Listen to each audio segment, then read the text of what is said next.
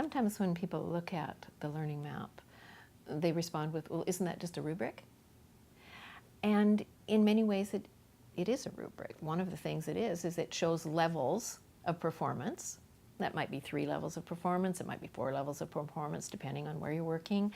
And there's descriptions for each of those levels of performance.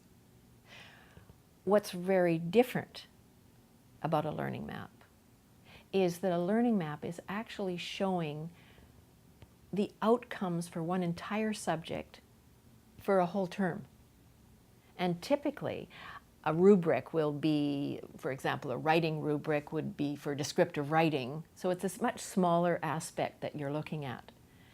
And of course, on the rubric, you don't see specific outcomes or standards, but this is key on the learning map, because on a learning map, each of the outcomes that you're working towards, or the destinations for the students, are there, and then the descriptions are in relation to each one of them. That's really important.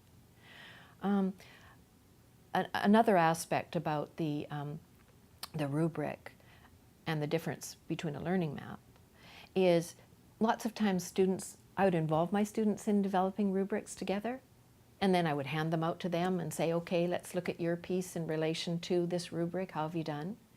A learning map is significantly different in that this learning map is created by the teacher, and it's always in reference to what we're required to teach, and the teacher is also the one to use it, and I use it to arrive at letter grades. Doesn't mean I don't have my students see it, but this is my creation and my form for arriving at a letter grade.